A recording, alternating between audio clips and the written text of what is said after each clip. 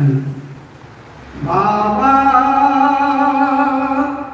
अगम अगोचर कैसा, ताते कै समझाओ ऐसा, ताते कै समझाओ ऐसा, जो दिसे सो तो है नाही, है सो कहाँ न जाई, सेना बहना कै समझाओ, गूंगे का गुण भाई, गूंगे का गुण भाई, दृष्टि नदी से मुष्टि न आवे, बिन से नहीं नियारा, ऐसा ज्ञान कथा गुरु मेरे, ऐसा ज्ञान कथा गुरु मेरे, पंडित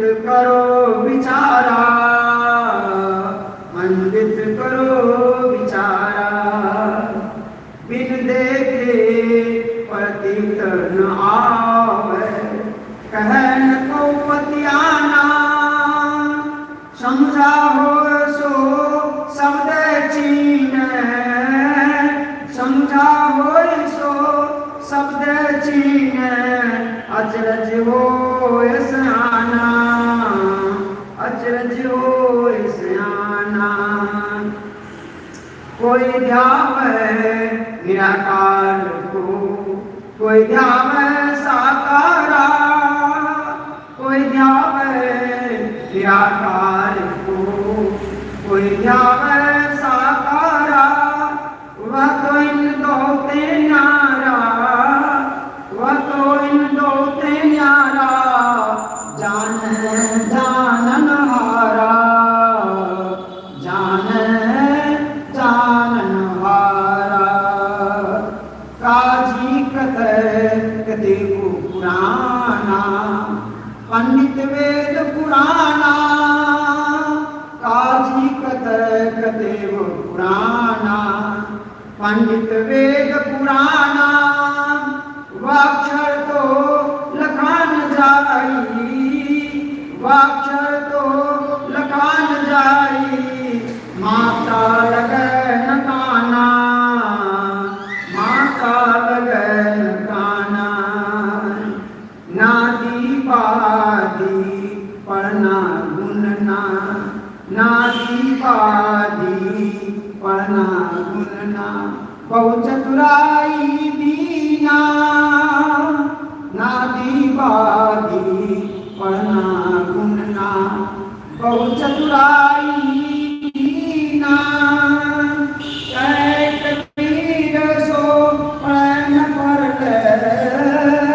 कह कबीर सो पढ़ पढ़, नाम भक्ति जिन चीना, नाम भक्ति जिन चीना, बाबा अगम जो चर कैसा, ताते कै समझाओ ऐसा, बाबा अगम अगोचर कैसा, ताते कै समझाओ ऐसा।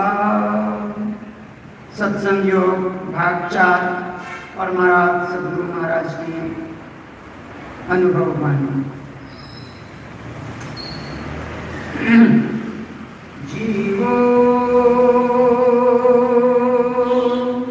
परम पिता निज चिन्हो, कहते संतन हितकारी, कहते संतन हितकारी, द्वैत प्रपंच के सागर बूढ़ो सो दुख भारी, द्वैत प्रपंच के सागर बूढ़ो सो दुख भारी, तन मन इंद्रिय संग जाना, तन मन इंद्रिय संग जाना, होती ख्वारी, कहते संतन तुकारी, कहते हितकारी।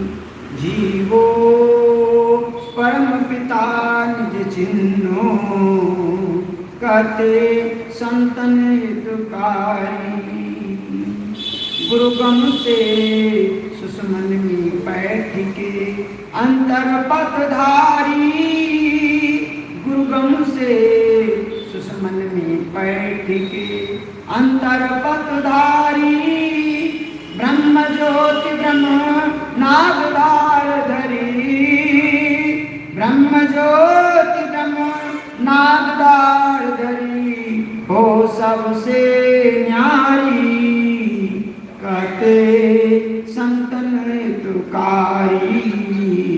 कहते संतन हितकारी। जीवो परम पिता निज चिन्हो, कहते संतन हितकारी। कहते संतन हितकारी।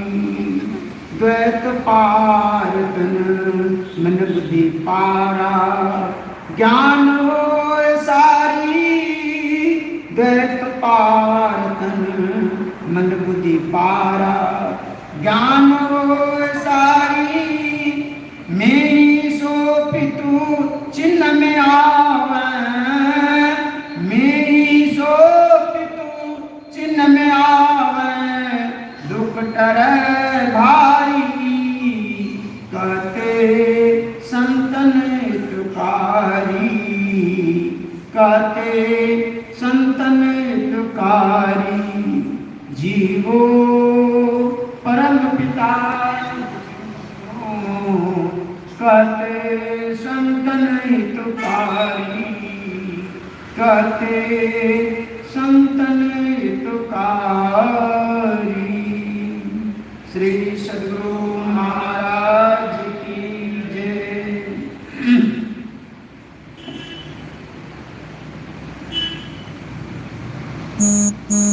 गाजियाबाद गौतम बुद्ध नगर के यह वार्षिक अधिवेशन का आज प्रथम दिन का प्रथम पाली का सत्संग भजन कीर्तन के पश्चात पेश स्तुति गुरुवृंति के बाद धर्म ग्रंथों का पाठ हो चुका है।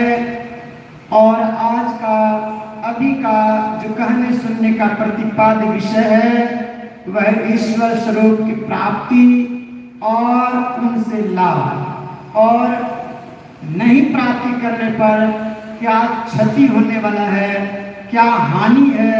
इन तमाम विचारों को पाठ के आधार पर बारी बारी से आए हुए संत जनों के, गुरुजनों के श्रीमुख से आप पान करेंगे। तो आज के अभी के सर्वप्रथम वक्ता हैं हमारे पूज्य स्वामी भोला बाबा। जैसा नाम है भोला वैसा काम भी है, स्वभाव भी है। आइए उन देवादिदेव महादेव भगवान शिव का एक नाम है भोला, और उसी का अंश सभी है इस चोला में समाया। उसी अंश का विस्तार से हम श्रवण करते हैं पूज्य स्वामी भोला बाबा से। श्री सद्गुरु महाराज की जय।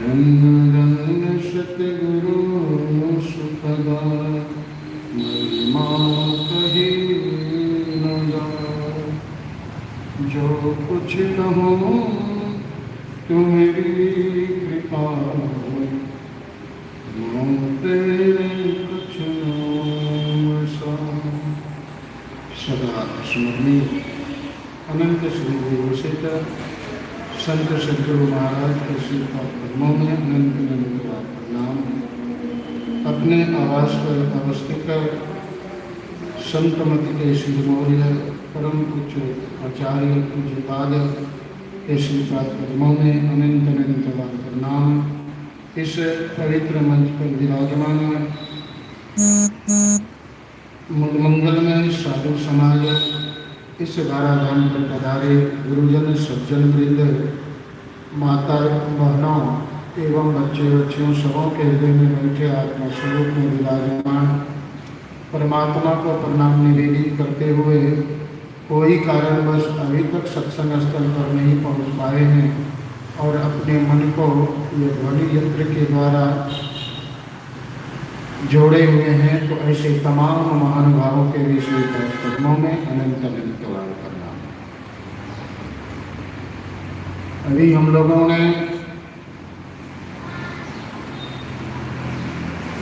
संत मत के आधार पर सत्संग योग में संग्रहित वेद मंत्र को श्रवण किया। तत्पश्चात संत वाणी के रूप में संत कबीर साहब की वाणी को और गुरु वाणी के रूप में संत सदगुरु महर्षि ने परमहंस जी महाराज की वाणी को भी श्रवण किया। आज का प्रतिपाद विषय है ईश्वर स्वरूप और उनकी प्राप्ति। तो ईश्वर स्वरूप के विषय में कबीर साहब से हम लोगों ने श्रवण किए।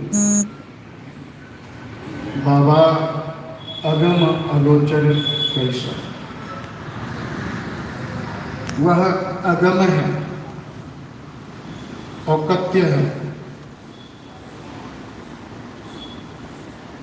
और रूप है, अनंत है।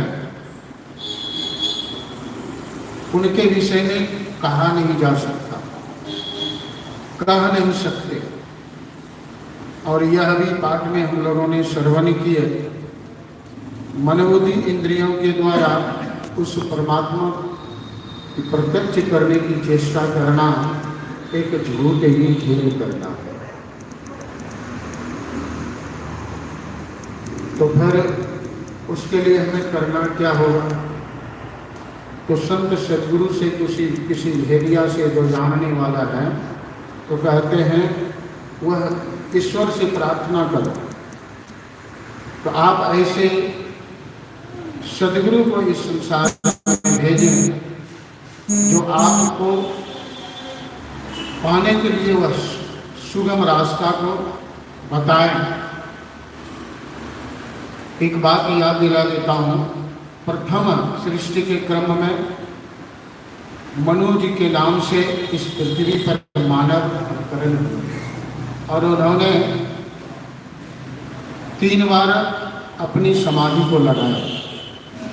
पहली बार में इंद्र ब्रह्मा आदि आए 10,000 वर्ष की तपस्या किए। तत्पश्चात फिर 10,000 वर्ष में इंद्र ब्रह्मा आदि को जब ठुकरा दिए तो भगवान विष्णु आते। भगवान विष्णु को भी ठुकरा दिए हैं। क्यों? पूछा गया कि आप कौन? आंख नहीं खोलते। कहा मैं तुम्हारे से प्रसन्न हूँ, आंख खोलो, जो वर चाहते हो मैं देता हूँ। तो कहा आप कौन? तो कहा मैं विष्णु। ब्रह्मा इंद्र आदि का नाम बताए तो कहा आंख नहीं खोले क्योंकि आपकी जरूरत मुझे नहीं है। तब आकाशवाणी हुई, कहा आंख खोलो, मैं तुम्हारे से प्रसन्न हूँ। कहते आप कौन? चुप हो, शांत हो। तो जिसे वो चाह रहे थे, अर्थात इससे पता चलता है जो ब्रह्मा विष्णु महेश की हम आराधना करते हैं वह भी मन बुद्धि इंद्रियों के द्वारा देख सकते हैं। वो कृपा प्रसाद करते हैं तो हम देख लेते हैं। पर यहाँ की जो आज की जो प्रतिपाद विषय है, और वह मनु जी महाराज ने जो उस लक्ष्य को साधा था, वह आकाशवाणी के तहत कहा आप चाहते क्या है? कहा मैं पुत्र चाहता हूँ। तो कैसा पुत्र? कहा आपके जैसा। तो कहा मेरे जैसा तो है ही नहीं कोई, तो मैं ही जाऊंगा। उसी प्रकार से आज के पाठ में हम लोगों ने श्रवण किए वेद भगवान से हमें प्रार्थना करना है तो बताते हैं प्रार्थना करने के लिए हम उस ईश्वर से प्रार्थना करें, ऐसे संत सदगुरु को उत्पन्न करें जो हमें ब्रह्म तत्व में अग्रसर कर दे, ब्रह्म तत्व को लखा दे। तो ऐसा कौन संत सदगुरु? तो विचार करने योग्य बात है, वही जिनका न नाम है, न रूप है, न रेखा है, जिनको मन बुद्धि इंद्रियों के द्वारा हम प्रत्यक्ष करने नहीं कर सकते, वह पार ब्रह्म परमात्मा। देखिए वहां लिखा हुआ है पार ब्रह्म श्री सच्चिदानंद, जो सत्य चित्त आनंद सबका धड़कन बन करके बैठा हुआ है, सबके अंदर में वह किलोल करता है, वह कीट और पतंग में नाना के रूप में, वह तिनका के रूप में भी रह करके वह सबसे बड़े भी हाथी में भी मोटे होते, चलाने वाला भी वही है। कीड़ी में नानो बन बैठो, हाथी मोटू मोटो की अपन महावत में हाथ न लाग्यो, राखने वाला खूब, वह हकने वाला भी वही है, हाथी भी वही है, चींटी भी वही है। ऐसा स्वरूप है तो पर उनका प्रतीक्षीकरण हम करेंगे कैसे? जल नर नारी में एक नहीं मिलाते, दुनिया में दो दिखाई क्यों? और वही मन में रोने लगते हैं, रोने लगी कौन? शबरी। उसको रखने वाले संत सदगुरु मंगल मुनि बन करके उनके समर्पण और कह दिया हुआ पार ब्रह्म परमात्मा तुम्हारे घर में आएगा। ऐसे सत्य सदगुरु की जरूरत है। वह संत सदगुरु के मार्ग पर जो चल करके और उनका जो निर्देश पर चल पड़ते, कहीं जाने की जरूरत नहीं है। बस आप उसी कुंडी में बैठ जाए जिस कुंडी को निर्देश करते हो। तो हम लोगों को निर्देश करते हुए बताए हैं, निकटन में खोज सज्जन, बाहर न खोजना, अपने ही घट में हरि है, अपने में खोजना। वो परमात्मा को अगर खोजना चाहते हो वह अपने अंदर। और इनके लिए हम सब उनके पास में जाएंगे और जाकर के वह जुक्ति बताते हैं। तो वह जुक्ति का नाम है पहले गुरु मंत्र। आप गुरु मंत्र लेंगे, गुरु मंत्र मिलेगा आपको। तो आप लोग, हम लोग सोचते हैं कि बहुत सारे नाम हैं तो मंत्र के रूप में यही वेदों में बहुत सारे पड़े हुए हैं, मंत्र उन नामों में से कोई मंत्र ले लूंगा, कहा नहीं, ऐसा नहीं होता। वह तो फिर संत सदगुरु की जरूरत क्यों? क्योंकि वह सिद्ध किया हुआ मंत्र होता है और वह मंत्र उसी प्रकार के होते हैं जिस तरह से राइफल की गोली निकलती हुई को गोली निशाने पर अगर साथ दिया जाए, हजारों लाखों को भीड़ को चीरता भागता अपने लक्ष्य को पार कर देता है। उसी प्रकार से हजारों और अनंत जन्म बीत गए आपके इस संसार में, वह सारे कर्म बंधनों को काटता हुआ, चीरता भागता हुआ आपको परमात्मा के समक्ष प्रकट कर। ऐसा ज्ञान संत सदगुरु, इसी ज्ञान को बताते हैं संत सदगुरु। इसलिए जीवन में संत सदगुरु चाहिए। और जब संत सदगुरु से दीक्षा ले लेते हैं, दीक्षा लेने के बाद वह कहते हैं, कवि साहब गुरु धोबी शिष्य कपड़ा साबुन सृजनहार, सूरत शिला पे बैठ के धोए तो पहले लिखता कपड़ा। जन्म जन्मांतरों के जो आपके ऊपर में काई के रूप में लगा हुआ मैल है, वह कहते हैं गुरु मंत्र सृजनहार, साबुन का काम करता है। जैसे आप जप करेंगे, डिटर्जेंट पाउडर तो आप लोगों को बहुत मिलता है ना, लेकिन एक एरियल या और बहुत सारे नाम वाले हैं जो उनको थोड़ी सी आप लीजिए और वह सबको डाल दीजिए, और एक एक पाउडर 1-1 किलो आप कपड़े में डाल दीजिए, कपड़े का रीनेसेट हो जाता, चितड़े चितड़े 2 महीने में उड़ जाएंगे और वह साफ नहीं होता। उसी प्रकार से यह संतों सिद्ध किया हुआ जब वह मंत्र आपको मिलेगा, वह परमात्मा का स्पंदन वाणी, परमात्मा की स्पंदन शब्द है वह, और वह अपार का शब्द है, स्फुटित वाणी है। और वह जब आपको मंत्र मिलेगा तो जिन मंत्रों के पाप के राशि को पार, तब वह जब जिन मंत्रों से आप जिनको पुकार रहे हैं वह परमात्मा सामने में आएगा, उनसे आप बात करें, दीदार होगा, आपका दर्शन करेंगे और सारे दुख सुख की बातें उनको समझा कहें और सारे दुख से वह निकाल देंगे। उसके बाद कहते हैं अब ऐसे काम चलने वाला नहीं है, तब क्या करना होगा? तो कहा तुम अपने आप को खोजो, हर हाल में खुशहाल, निर्बंध चिंताहीन हो, मत ध्यान कर किसी अन्य का। अब कहते हैं अभी तक तो तुम मेरा ध्यान कर रहा था, अब किसी अन्य का ध्यान मत करो। तुम अपने अंदर में चल करके जो उस ज्योति का, परम ज्योति का तुम खोज करो जो सबके अंदर में वो सी बन करके बैठा हुआ, कृष्ण बन करके, काली और दुर्गा आदि शक्ति बन करके बैठी हुई, उसका तुम खोज कर लो। और जब वैसा खोज हो जाता है तो वह कहते हैं दृष्टि योग की क्रिया करना। इस ज्ञान को जब समझने लगते हैं, वह देखने प्रत्यक्षीकरण करते हैं, तो वही ईश्वर का स्वरूप, वह ईश्वर का स्वरूप है। ईश्वर तक पहुंचे नहीं, वो स्वरूप के पास में आप पहुंच रहे, प्रत्यक्षीकरण कर रहे हैं। और जब यह खोजने के लिए निकलता उसी रास्ता पर पकड़ लेते हैं, वहां एक बिंदु का प्राकट्य होता है। उस बिंदु में कहा नाम बोले, उस बिंदु में अनंत अनंत ब्रह्मांड का चमकता हुआ सूर्य के समान दीप्यमान प्रकाश आपके पास आएंगे और कहा शब्दों की झंकार हो। और वह शब्दों की झंकार में से एक साथ शब्द को पकड़ने के लिए गुरु युक्ति से जाना जाता हुआ और उस शब्द को पकड़ लेता है और वह शब्द परमात्मा खुद आपको पुकारता है।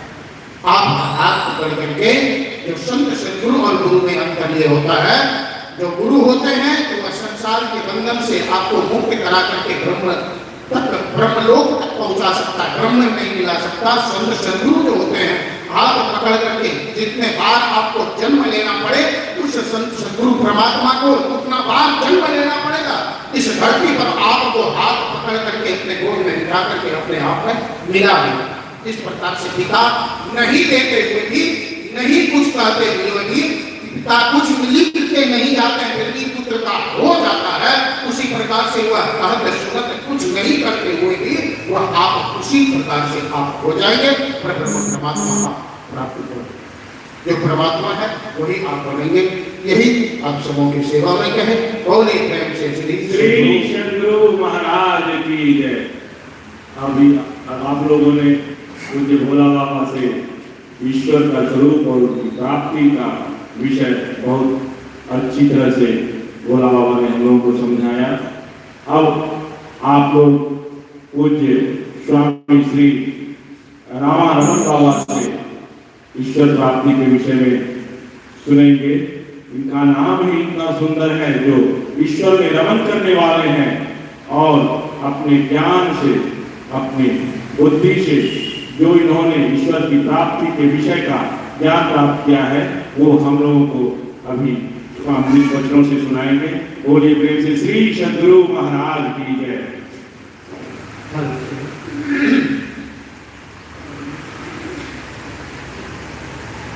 आइए सर्वप्रथम हम लोग इस पावन भूमि पर, इस पवित्र जगह पर, इस शुभ अवसर पर अपना मुख और कर्ण को पवित्र करते हुए अपनी उपस्थिति दर्ज कर लें, ताकि ये जगह और इस वातावरण का, इस सत्संग का पूरा फल हमें भी प्राप्त हो। इसी आस्था के साथ बुलंद स्वर में सद्गुरु महाराज की जय घोष करें। श्री सद्गुरु महाराज की जय। श्री सद्गुरु महाराज की जय। श्री सद्गुरु महाराज की जय।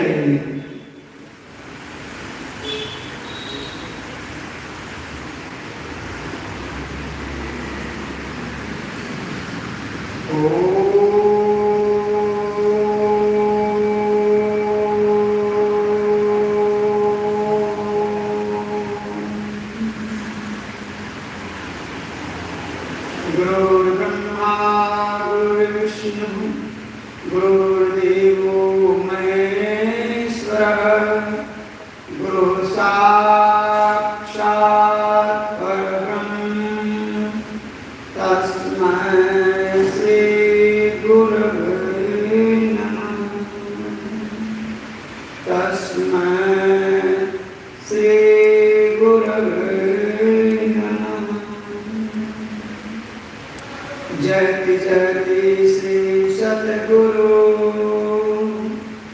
जोड़ी पानी पद धरो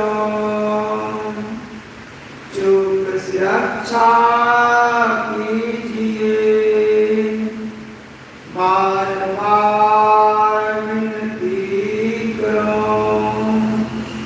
चुप से रक्षा कीजिए।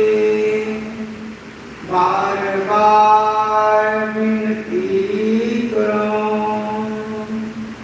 धन्य धन्य सतगुरु सुखदा, महिमा कहे न जाए। जो कछु कहूँ तुम्हारी कृपा, मोते कछु न बसाए। मोते कछु न बसाए। अव्यक्त में सर्वत्र विराजमान, सर्वशक्तिमान, सर्वक्षण अस्मरणीय, अनंत से विभूषित परमाराध्य सद्गुरु महाराज के पावन श्री चरणों में कोटि कोटि दंडवत नमन। व्यक्त रूप में अपने आवास में विराजमान संत मत के गौरव स्तंभ, बाल ब्रह्मचारी, ग्यारह पटधारी, ज्ञान के भंडारी, मन मंच पर विराजमान संत मत के साधना में तपे तपाए सद्गुरु ज्ञान ध्वज को जन जन तक बिखरने वाले सभी पूज्य महात्मा गणों के पावन से चरणों में कोटि नमन। उपस्थित गुरुजन, धर्म प्रेमी, सत्संग प्रेमी महानुभाव, पूजनीय माताओं एवं भक्तिमती गण, सभी को मैं नमन करता हूँ। और इस साईं वाटिका मंदिर के सभी ट्रस्टियों को भी मैं हार्दिक नमन करता हूँ और निवेदन करता हूँ एक बार पुनः उस गुरु महाराज की जय घोष करें। श्री सद्गुरु महाराज की।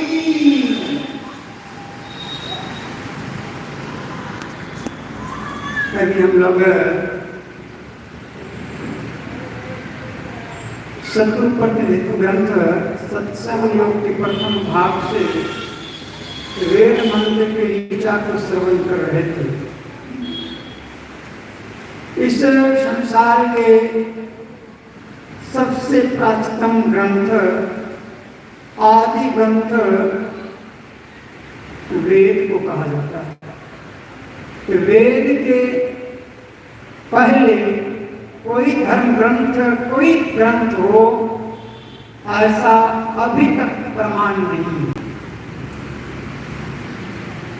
वेद को अपौरुष ग्रंथ भी कहा जाता है। जैसे इस सृष्टि का सृजन, ये सृष्टि का उत्पन्न, ये सृष्टि को बनाने वाला कौन? क्या किसी पुरुष ने बनाया?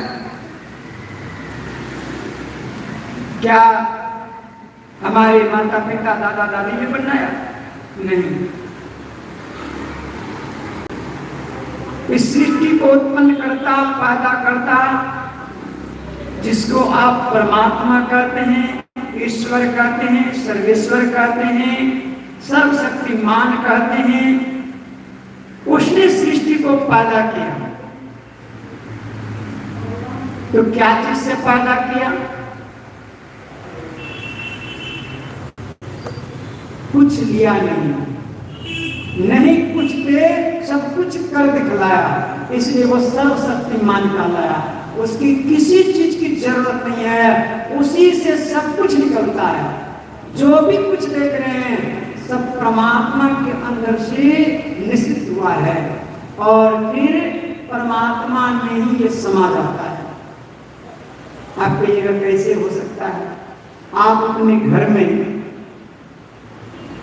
एक छोटी सी कीड़ा, मकड़ी, जिसको मकड़ा भी बोलते हैं, मकड़ा को देखते हैं आप, वो आपके घर में बहुत ज्यादा जाला छा देता है। पतला बारीक सूता निकालता है। कहां से वो सूता लाता है? घर में देखते हैं कोई पक्षी तिनका चुन चुन करके लाके घोंसला बना देती है, पर वो मकड़ी कहां से लाती है? चूहा को देखते हैं, गिलहरी को देखते हैं कि बारीक बारीक कपड़ों को धागा बना करके और घोंसला बना लेता है, पर वो मकड़ी का क्या है? वो मकड़ी भी कहीं से जाल लाती है क्या?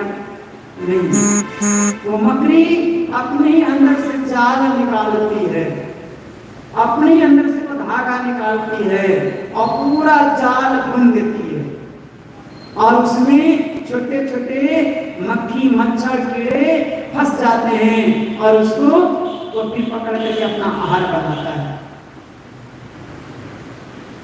एक मकड़ी जाल बनाती है और जब मकड़ी का मन हो जाए, इच्छा हो जाए, वो जाल को समाप्त भी कर देती है। एक छोटी उदाहरण है, इसके लिए वो उदाहरण नहीं है, दस्तखत तो सोच नहीं, पर समझने के लिए वो परमात्मा भी अपने अंदर से सारी सृष्टि को निकाला, ये सारी सृष्टि को उत्पन्न किया, और जब उनकी मौत हो जाए, इच्छा हो जाए, तो सारी सृष्टि को समेट लेता है। ये प्रकृति गए, उत्पत्ति लय हो गए प्रकृति मौत से, उसकी मौत होती है तो प्रकृति का सृजन हो जाता है, ये सृष्टि का निर्माण हो जाता है, और उनकी मौत हो जाती है, तो उसी लिए सब विलीन हो जाता है। तो वेद को अपौरुषेय ग्रंथ कहा, किसी पुरुष के द्वारा नहीं, ये परम पुरुष परमात्मा के द्वारा निश्चित वाणी है। जब सृष्टि को सृजन करके परमात्मा ने सर्वश्रेष्ठ मानव को उत्पन्न किया, बनाया, तब ये मानव सर्वगुण संपन्न था, इसलिए इसके अंदर से वाणी निश्चित हुई, मैं कौन हूं, क्या करना है, कहां आया हूं। और आज भी आप मानव को जन्म लेते ही एक शब्द सुनते हैं, बच्चों का आवाज को यदि आप थोड़ा सा अपने भाव में लाइए तो आवाज आती है कहां कहां। बच्चा जब रोता है तो पहला आवाज निकालता है कहां कहां कहां, मैं कहां आ गया, किस लिए आया, क्या करना है, प्रश्न ही प्रश्न कर दिया, आते ही प्रश्न किया, क्योंकि कहां था वो, परमात्मा के साथ। ईश्वर अंश जीव अविनाशी चेतन अमर सहस्रासी उसी परमात्मा में था। इसी बात को मैया सबरी ने पुष्टि की है अपनी वाणी में, भगवान श्री राम से। अधम अधम अधम अति नारी तीन महामति नंदधारी। हे प्रभु, मैं तो आपके पास था, पर पता नहीं किस शक्ति के कारण मैं आपसे अधम में आ गया, नीचे कहां आ गया, शब्द में आ गया, शब्द से भी नीचे कहां आ गया, प्रकाश में आ गया, और प्रकाश से भी नीचे कहां आ गया, अंधकार में आ गया, और अंधकार में आने के बाद मेरी मति मंद हो गई, मुझे कुछ ज्ञान नहीं रहा। बहुत बड़ा ज्ञानी हो, बहुत पढ़ा लिखा हो, और उसको अंधकार के कोठरी में बंद कर दीजिए और सारी पुस्तकें उसके पास रख दीजिए। अब उससे पूछिए, पढ़ के बताओ, क्या पढ़ेगा, पढ़ सकता है? अब आपको पढ़ना है या पढ़वाना है तो वो कहेगा पहले प्रकाश जलाओ, बिना प्रकाश के नहीं पढ़ा जा सकता। वैसे ही आप सर्वगुण संपन्न हैं, सारी शक्तियां, सारी विद्याएं आपके पास है। गृहस्था सर्वविद्याश्च गृहस्था सर्वदेवता गृहस्था सर्वधानी पर गुरुवाक्य न लभ्यते। तुम अंधकार में हो, इसलिए प्रकाश। गुरु का मतलब क्या है? गुरु माने अंधकार, रूप माने प्रकाश। तुम अंधकार में हो, प्रकाश की व्यवस्था करो, क्योंकि अंधकार में प्रकाश होगा। परमात्मा के पास अंधकार प्रकाश नहीं, न तद्भास्तो सूर्यो न शशांको न पावक यद गत्वा निवर्तन्ते तद धाम परमम्। वहां न अंधकार है न प्रकाश है। इसी को संत कबीर साहब ने कहा, कहूं उस देश की बतिया जहां होत नहीं दिन रतिया, जहां दिन और रात नहीं है, जहां सुख और दुख नहीं है, वो परमात्मा से आप अंधकार में आ गए पर प्रकाश के साथ आए हैं। लाइट जलाओ, दिया जलाओ, पता चल जाए।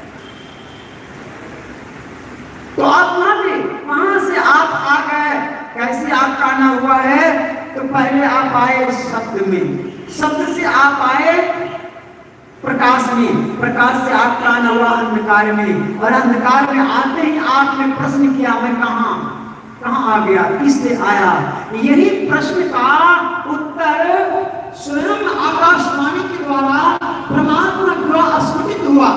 जो परमात्मा द्वारा स्फुटित हुआ कि तुम्हें क्या करना है, कहां हो, कैसे फिर तुम आओगे, उसी शब्द का नाम ज्ञान, क्योंकि उपदेश दिया इसलिए उसका नाम ज्ञान पड़ा। इसलिए ज्ञान का मतलब वेद माने ज्ञान। सुन करके जो जीव ने याद किया, जो मानव ने स्मरण किया, इसलिए इसका नाम एक श्रुति पड़ा। तो वेद का एक नाम श्रुति है, और वेद मतलब ही होता है ज्ञान, और ज्ञान परमात्मा का है। ज्ञान निधान वो परमात्मा है, ज्ञान के समान। इसी ज्ञान का अनुसरण करके तुम पुनः परमात्मा तक जा सकते हो। तो वही परमात्मा परमपिता परमात्मा ने उपदेश दिया कि हे मनुष्यों, जगत प्रसव करता ईश्वर का तत्व ज्ञान प्राप्त करना चाहते हो तो पहले बुद्धि योग अर्थात सत्संग करो। पहले अपनी बुद्धि को ठीक करो, अपने तमाम जगह से समेट लेना। मुझे कभी कभी इस पर एक बड़ा ही सटीक उदाहरण लगता है। जैसे आपके घर में बहुत सारे यंत्र हैं, बिजली का सिस्टम है, मोटर चलाना होता है। आपके यहाँ तो पर्याप्त बिजली है, इसलिए आपके यहाँ नहीं होता, हम देहात में दिखे हैं। तो जब मोटर पानी का मोटर चलाना होता था, अब वो दबा रहे तो मोटर घूम गया, लाइन जो है तो मोटर घूम गया। क्या कारण है? वोल्टेज कम हो, वोल्टेज कम होता। आज भी आपको वोल्टेज बढ़ाने के लिए मीटर लगाते हैं आप, वो जो आपका ये क्या मतलब ग्राइफोन वगैरह लगाते हैं, स्टेबलाइजर तो वो है पंखा में जो होता है कंडक्टर, बड़ा बड़ा कंडक्टर भी जो आप स्टार्टर मोटर से लगाते हैं, उसमें क्या है? वो कंडक्टर है जो उसको स्पीड को बढ़ाता है, अपने को छोड़ देता है, बढ़ा के चालू करके फिर वो नॉर्मल हो जाता है। उसको आप कहीं इलेक्ट्रॉनिक भाषा में कुछ और होगा, मैं अपना भाव बता रहा हूँ। वो क्या क्या स्पीड कर दिया, वो सारे को जैसे आप बटन दबाते हैं सब जगह के लाइट को खींच लेता है, ठीक करता है, और फिर लाइट छोड़ देता है। मैंने आपकी जो शक्ति बाहर बिखर रही थी, जो समय था, तो हम लोग गाँव में रहते थे तो उसको क्या करते थे कि सब जगह का बॉल लेकर मोटर को सबको बंद करके तब मोटर चलाते थे। जब मोटर चल गया फिर आप चलाइए, कोई दिक्कत नहीं। तो वैसे ही आपकी जो ज्ञान है वो आपकी इंद्रियों में बट गया, और भी आप उस मोटर को चलाना चाहते हैं, उस ओर फिर आप गमन होना चाहते हैं, अपने धारा को ऊपर चढ़ाना चाहते हैं। आप ऊपर से नीचे आगे दूध करना नीचे होता है और चढ़ना ऊपर होता है। तो चढ़ी चलो गगन अटरिया सजरिया जहां पालन की। अब हम ऊपर चढ़ने के लिए उतरने में तो कोई समस्या नहीं थी। शुद्ध जल आकाश में बादल के रूप में था, विशाल था, वो वहां से उतरा कहां गया? जमीन पर। और यहाँ आकर के माटी के साथ मिलकर के मटमैला हो गया, नाला के सहारा पकड़ करके नदियों से या कहीं गड्ढों में जाके वो फंस गया। अब इस पानी को, इसी नाला के, नदी के, कुआं के पानी को उस फिर पहाड़ पर चढ़ाना चाहते हैं या आकाश में भेजना चाहते हैं, तो क्या करना पड़ेगा? वाष्पीकरण से भी आप भेज सकते हैं, और यदि इस पहाड़ पर से आप चढ़ाना चाहते हैं तो आपको पाइप चाहिए, इंजीनियर चाहिए, बुद्धि चाहिए, विद्युत चाहिए, यंत्र चाहिए, मोटर चाहिए, सब कुछ चाहिए ना। अब कहेगा जैसे उतरा है वैसे चढ़ जाए तो पानी चढ़ेगा। उतरने के लिए तो अपना रास्ता से उतर गया, लेकिन चढ़ाने के लिए क्या चाहिए? सबसे पहले इंजीनियर चाहिए, इंजीनियर के बाद आपको पाइप चाहिए, मोटर चाहिए, विद्युत चाहिए उसको शक्ति देने के लिए। विद्युत भी है, पाइप भी है, पर इंजीनियर नहीं है तो फिर आप नहीं चढ़ा पाए। सब कुछ रहते हुए भी आपको इंजीनियर चाहिए उस शिखर पर चढ़ाने के लिए। वैसे ही आपके पास जो विद्युत बल से नीचे आया है, वो शक्ति, वो ताकत, वो विद्युत पुंज आपके पास है, आपके पास वो पाइप भी है, पर आपने कभी इंजीनियर का सहारा नहीं लिया। वो इंजीनियर यही सदगुरु है। इसलिए वेद भगवान करें, यदि तुम अपनी शक्ति को पुनः करना चाहते हो, पुनः मेरे पास वही शाश्वत सुख में आना चाहते हो, तो सबसे पहले बुद्धि योग, जो तुम्हारी धारा इधर बिखर गई है, सबको पहले इकट्ठा करो और तब गुरु जन्म से युक्ति प्राप्त करके गुरु युक्ति से ताकू गगन में, तब झलके एक तारा रे, वह तारा गुरुदेव बता दे ज्योति महल का द्वारा रे, वह द्वार पर वह रास्ता गुरु जन्म के द्वारा युक्ति से। और इसी बात को आपके वेद भगवान उपदेश करें। हे मनुष्यों, उसी परमात्मा से प्रार्थना करो, खोज करो, मांग करो कि आप ऐसे विद्वानों को उत्पन्न करें जिनसे मैं ब्रह्म ज्ञान प्राप्त कर सकूं। ऐसा नहीं कि केवल मान लो और शुरू करो, पहले इसकी साधना करो, खोज करो। आपने जो तप किया, उपासना किया, ध्यान किया, उन तमाम से प्रभावित होकर के जो पुण्य अर्जन हुआ, उस पुण्य से अर्जन करके क्या पाया आपने? का पुण्य पुंज बिन मिलेगी न समता। इसी पुण्य से आप सत्कर्म करके इस संसार में अपने को संयम करके सब जगह से अपनी शक्ति को हटा करके एक जगह स्थिर करते हैं। उस पुण्य के फल से संत महात्माओं का आगमन होता है, दर्शन होता है और उनके वचन सुनने का अवसर मिलता है। लाभ क्या होता है? विवेक जगता है, ज्ञान इकट्ठा होता है और तब पता चलता है कि नहीं, इसके ऊपर भी कोई पावर है। वो कौन है? तो मन। ये लाने वाला, यहाँ तक भटकाने वाला, इस संसार में रुलाने वाला, इस संसार में चक्कर कटाने वाला, वो कौन है? तो कहा मन है। इसलिए कहा मानस योग, यानी मानस जप और मानस ध्यान। इसको संस्कृत की भाषा में आप समझिए, मानस जप मतलब हो गया सब, और मानस ध्यान मतलब हो गया रूप, नाम और रूप।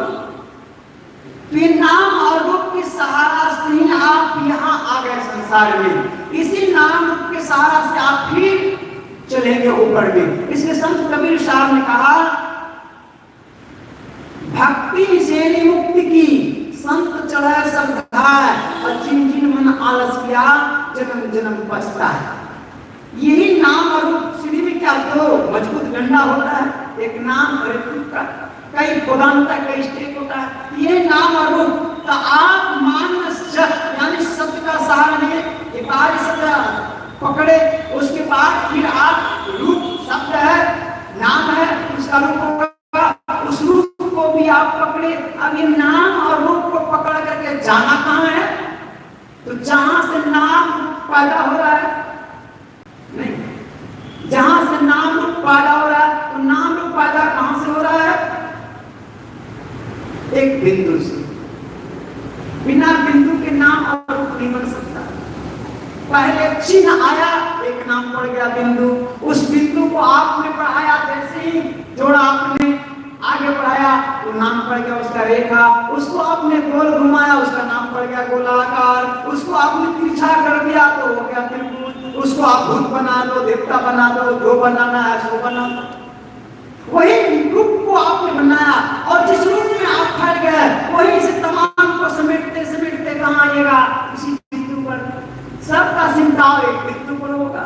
इसलिए आप बाहर आके फैल गए हैं, अब भीतर प्रवेश करना चाहते हैं, तो पहले बाहर समेटो, अपने ज्ञान को समेट लिया, अपने मन को समेट लिया, एक नाम रूप पर आगे समेट गया। अभी नाम रूप का जो स्थान है वो बिंदु, जिसको भगवान वेद भगवान कहे हैं ज्योति योग, अर्थात वो बिंदु की खोज करो। दोनों दृष्टि की जो मिलन स्थान है, ये अग्नि की ज्योति क्या है? ये प्रकाश जो निकल रहा है, आपके शब्द निकल रहा है, तो शब्द को आपने देख लिया, अब प्रकाश को आपने सिमट लिए। ये दो दृष्टिधारों को आपने ज्योति योग क्या एक किया, तो सारा सिमटाव एक बिंदु पर, मैंने विकास विस्तार का बिंदु से फैला हुआ, और फिर बिंदु में आपको समझ लेंगे। अब वो बिंदु जहां से सारा रूप बना, ये बिंदु को बनाने वाला कौन? जिसका स्थान है परिमाप नहीं है, वो कितना सूक्ष्म होगा। इसलिए संत कबीर साहब का जजमेंट सुन के जस कत ये तस होत नहीं, जस है तैसा सोच। एक तो बिंदु का विभाजन नहीं कर सकते हैं आप। बिंदु का परिभाषा क्या है? जिसका विभाजन नहीं हो, जिसका स्थान तो है लेकिन परिमाप नहीं। उस परमात्मा के लिए आप क्या कहते हैं? है तो है मेरे सूजत नाही, ज्ञान तैसो जिंद तुलसी या संसार को भयो मुक्ति आदि है। पर दिखता नहीं है, गजब की बात है, पर दिखता नहीं है। वो जैसा है उसके बारे में कहा नहीं जा सकता। जैसा ये तो होत नहीं, जैसा है तैसा सो। जरा कल्पना कीजिए वो कैसा है। इसलिए वेद भगवान कहते हैं कि हे मनुष्यों, तुम इन तमाम चीजों से जानना चाहते हो, वो परमात्मा को नहीं जान सकते हो। इस आंख से तुम नहीं जान सकते हो, इस कान से तुम नहीं सुन सकते हो उसका शब्द। तुमको स्वतंत्र होना पड़ेगा। तुम खुद जाकर के उसको देखो, और ये कान आंख नाक के द्वारा जो ज्ञान होगा वो तुमको पूर्ण संतुष्ट नहीं करेगा। जैसे आप इसको मान लीजिए सामाजिक स्तर से आपने किसी के द्वारा सुना, तो आप कहते हैं फलाने सुना रहे थे। आपसे कोई पूछता आप सुने हैं अपने कान से जुड़े हैं, फिर कैसे मान लीजिए? झूठ भी बोल सकता है। हाँ, ये भी हो सकता है। संसार आ गए हमारे पर महाराज सतगुरु महाराज जजमेंट दे रहे हैं। वो अलग अपार अगम अगोचरी को देखने के लिए तुमको कहां जाना पड़ेगा? गुरु महाराज का जजमेंट सुन के जीवो परम पिता निशिनो कहते संतन हितकारी, द्वैत प्रपंच के सागर को शोध को भारी। आपने किसे सुना तो आपको द्वैत भाव बना रहा। हाँ, अच्छा हो सकता है, तो झूठ भी बोल सकता है, पर आपको इतना विश्वास होता है नहीं वो झूठ नहीं बोल सकते। हो सकता है उनको भ्रम हो गया होगा, इतना तो आता है, या आपको समझ नहीं पाए होंगे, फिर भी कोई ना कुछ आपको संशय बना रहता है। और यही संशय, यही दुविधा आपको दुख का कारण होता है। पर जब आप अपने कानों से, अपने आंखों से छू करके टटोल करके जब आप देख लेते हैं, तब आप किसी की गवाही की जरूरत नहीं पड़ती। कहते हैं आप अपने आंख से देखें, हम अपने कान से सुने हैं, हम अपने हाथ से उसको पकड़े हैं। संशय नहीं हो सकता, भ्रम नहीं हो सकता, ये नहीं हो सकता। ये संसार की वस्तु के लिए आप करें। वैसे ही आपका ये आंख, आपका ये कान, आपकी बुद्धि, आपकी इंद्रियां, ये आप नहीं, आप आंख के द्वारा देख रहे हैं, आपने नहीं देखा। और आंख वही देखेगी जो उसको दिखाई पड़ता है, जिसके ध्यान तक उसका पावर है, उसके अंदर नहीं जा सकता।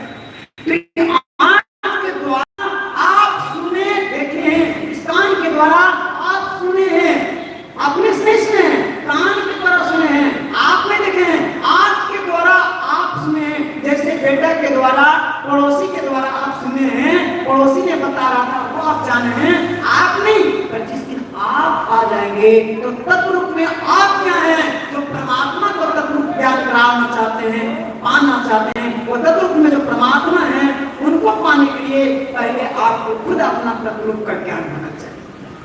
पहले आपने खुद को पता करना पड़ेगा। इसलिए हमारे कहते हैं गुरु कम से सुमन में बैठ के अंतर पद धारो। पहले तुम बाहर आ गए हो, इसलिए अंदर चलो। इसी को संत कबीर साहब ने कहा उल्टी पाँच लो, पैरों पकड़ो, पसरा मना बटोर। जो तुम बाहर में पसर गए हो, तुम भीतर चलो। पहले तुम आत्मा की खोज करो, बिना आत्मा के परमात्मा नहीं प्राप्त। इसलिए हमारे ग्रंथ का निस्तन में खोज सज्जन, बाहर न खोजना, अपने ही घट में हरि हैं, अपने में खोजना। यदि आपने ऐसा काम किया, इसमें आपने सफल प्राप्त कर लिया, तब तो जीवन बाबा है। और नहीं तो बार बार पाप पाप करना पड़ेगा और बार बार पाप बनाना पड़ेगा। एक पाप से काम नहीं चलेगा, पाप नहीं पीता। ठीक हिंदी है, समझ रहे हैं आप? तो बार बार पिता कितना पिता बनाएंगे। इसलिए यदि इन तमाम का गुलामियत से छूटना चाहते हैं तो ये साधना आपको करनी पड़ेगी। ज्ञानी दूसरा उपनिषद कार्य करते हैं यन मनसा न मनते एना हुर मनोमतम तत्ते ब्रह्मम वित्ति निदम यदि तक वास्ते।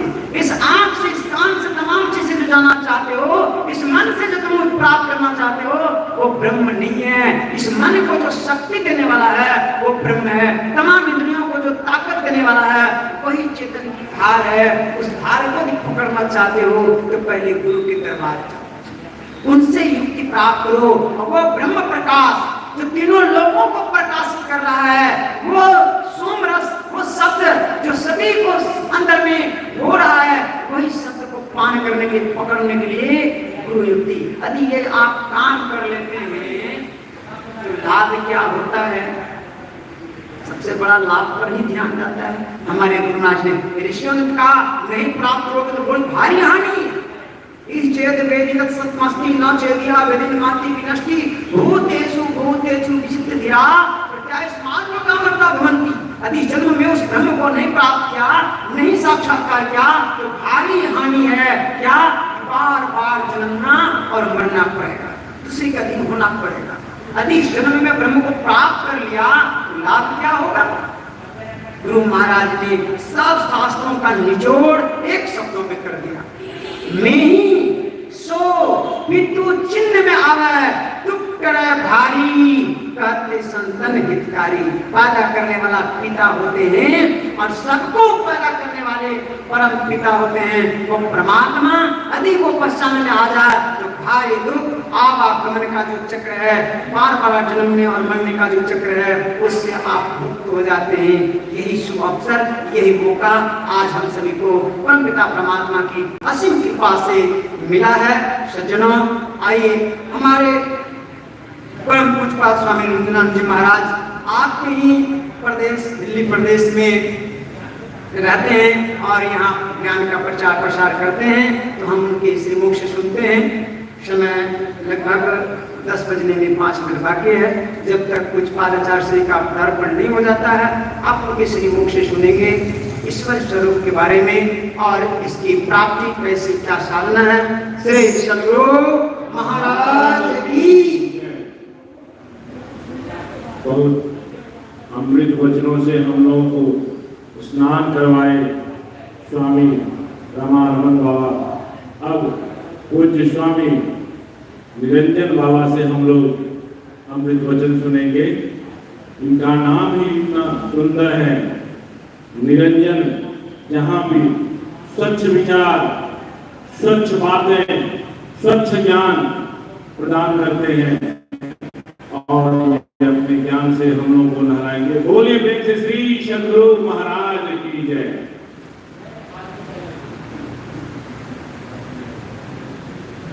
अखंड मंडलाकारं